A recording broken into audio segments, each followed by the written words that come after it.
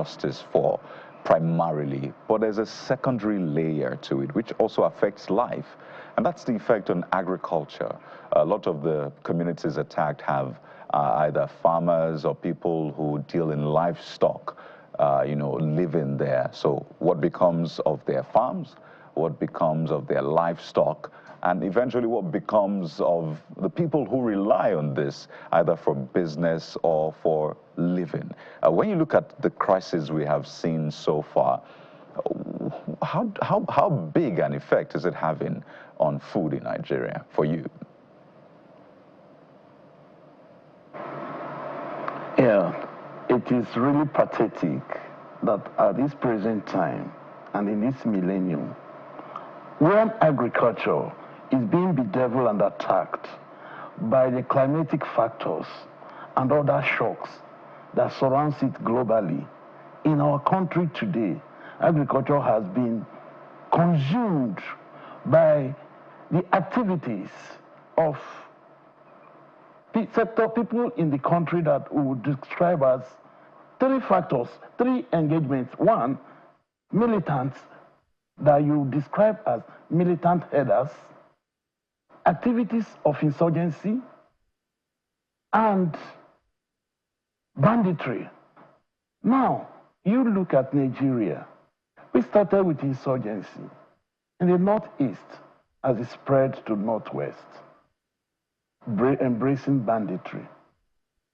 By this time, the north central, where we describe as middle belt, we are, bridging the gap of the effect of these activities on food supply chain.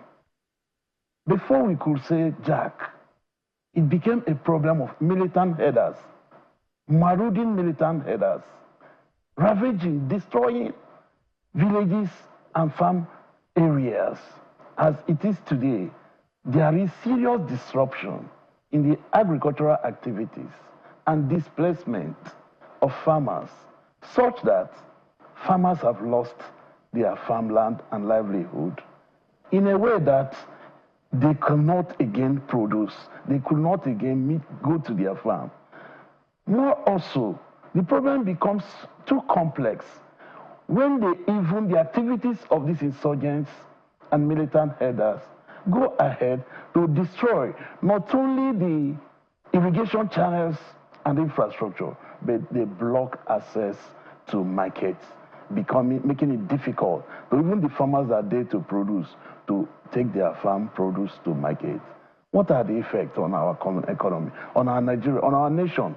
The economic fallout is what we are witnessing today, which is severe threats, severe food crisis. And in 2023, the National Assembly enacted the Food Rights Act, which makes it mandatory and possible for government to ensure that food production and access is made possible for the nations. As it stands today, and as we are discussing today, the economic fallout of these activities of the militant headers and marauding herdsmen and bandits ravaging from the northeast down to northwest, and as it stands now, moving along the middle belt from Plateau to Benue and advancing towards the bricks of Enugu and Ebonyi State is a big threat. It's an understatement for us to just say that there is food crisis, or that the food is in danger, or famine is in danger in Nigeria, or on fire. I think we are at war. And I think as it stands now, we have to deploy every mechanism that same countries put in place when they're at war to ensure that this menace is tackled and brought to bear. It's a grim picture. Let me give you, for example. Before the insurgents in the northeast, Borno was one of the leading producers of wheat. But as it stands today, more than 400 acres of land has been abandoned in terms of wheat production, bringing down production of wheat to less than 30%, and then forcing the country to rely on importation of agricultural importation. And this will now put more burden on our import balance, which also affects our economic and trade balance. There is every need for this government to declare a state of emergency in food crisis in agriculture as it stands now, because if something is not done between now and the near future, there will be ravaging hunger and people will be dying of hunger in this country. And speaking of what... This insecurity that is if I may come in there, agricultural productivity is one aspect. Yeah, Professor, yes, speaking of what should be done or what had been done in the past, the president recently declared a state of emergency on agriculture, in fact, the second state of emergency in the last 2 years. This was at the Africa Regional Conference on Irrigation. A state of emergency suggests that, you know, there should be a national action plan and there should be a sense of urgency in implementation. But it appears as if the more things change, the more they remain the same. Or are you getting a sense that even the first state of emergency declared on agriculture, during which an all-year-round cycle of planting season was to be implemented, are you getting a sense that things have changed by government's action? The truth is, we are just scratching the issue, the symptoms. We are not really taking care of the ailment. As it stands, the state of emergency on agriculture is not as it affects irrigation and other government reforms. There are quite positive government reforms that President Tinubu have for agriculture in this country in his time as the president. But the cardinal problem is all these reforms put in place and farmers cannot go to their farm because of militant headers that are marauding every place trying to take over their land, and because of insurgency and banditry, which is displacing people. Who are the people to go and take and implement these reforms? The situation as it stands now does not create an enabling environment. I was in Benue over the weekend, and I felt like crying by the humanitarian crisis I witnessed and saw in some of the IDP camps. Is these people in the IDP camps, are they the ones going to go and ensure that irrigation programs put in place are being utilized for productivity? What we are trying to say is that there is war. I don't know whether it is designed or whether it's being propelled by some external forces, but there is serious war, and this war is targeting at using food and food crisis to cripple this nation. And all we are doing, we are trying to look at issues that will come as secondary or tertiary. The primary focus and concern is that farmers cannot access their farm. For you to access your farm as a farmer, you have to decide between you being kidnapped for ransom or your family going on starvation. And men, as family has been what they are, may decide to sacrifice and endanger their life to ensure that they get food on the table for their family. But what I'm telling you is that that sacrifice will end up with their life, because most of the farmland have been taken over by, I hate to describe it as farmers-headers clashes. Farmers-headers clashes does not cover people that take over a community by midnight. People that carry AK-45 and other explosives to come and bomb a community. I do not feel comfortable describing it as farmer-header crisis. There are other ulterior motives. So, and Prof, again, as a nation, let us be sincere to ourselves and face this problem as it is.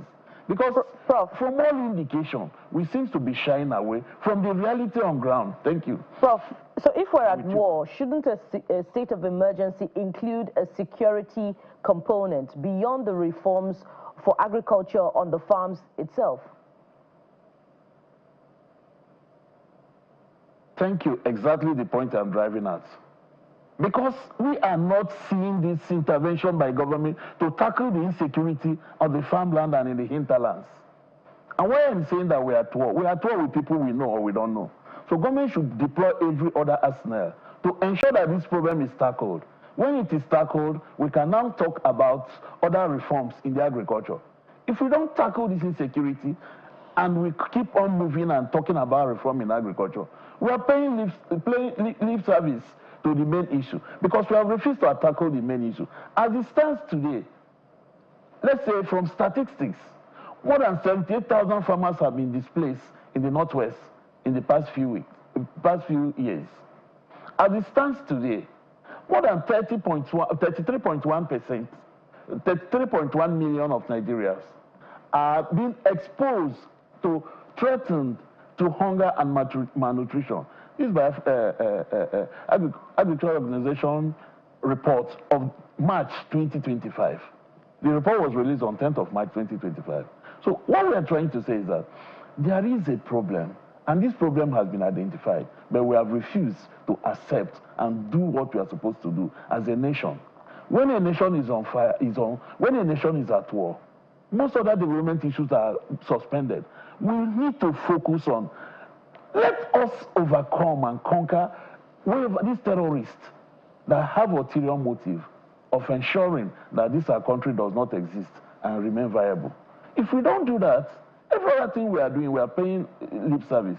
Because farmers will have the confidence to go to their farm before they can utilize irrigation or other source of water supply that you need them to. What we are saying is that they cannot access their farm. And major communities are all displaced under IDPs. And it's a pathetic situation. It's a pathetic story. And I want you to understand that look at the indices we have in the last few years, 2024 indices, between 2023 and 2024. The cost of foodstuff have risen astronomically to the extent that you realize that ordinary tomato that we used to use for everyday meals in the house increased by 123%. The same thing cassava flour increased by 153% in the last 2 years. And with this, we begin to wonder. The adverse effect is on the populace, generality of the population who depend on their productivity in the farm. They could not get their source of money again. Their livelihood is destroyed. How do they meet up with this? One of the effects is that you will now see a lot of urban migration with increased criminality. Right. If people are displaced, they cannot work in their farms in the hinterlands, they'll move to the urban centers. And they'll come to urban centers, they don't have any source of living. It's either they decide to starve or they engage in criminality. And that's why we have an upsurge in criminality. In most of the urban centers, even in our FCT today, you begin to hear of people snatching people's bag at night, or all these one-chance drivers. Yes, sir. And that's a very vivid picture you have painted. Yes, yes. And it looks like the food inflation figures don't even tell the full story, really. But it's great to understand the danger and the crisis that we're faced with. And I really hope that the right people are picking this up and doing the right things. But we have to thank you so much for giving us another angle to all of this, insecurity crisis. Professor Jude Major is a food activist and a professor at the University of Abuja and consultant at its veterinary teaching hospital. Thank you for your time, Prof. Well, we'll go on a quick break now, and when we return, we'll talk about the humanitarian situation in Benue State now. We've talked about the agriculture a bit, but let's now touch base with the people. That's in a moment. Stay with us.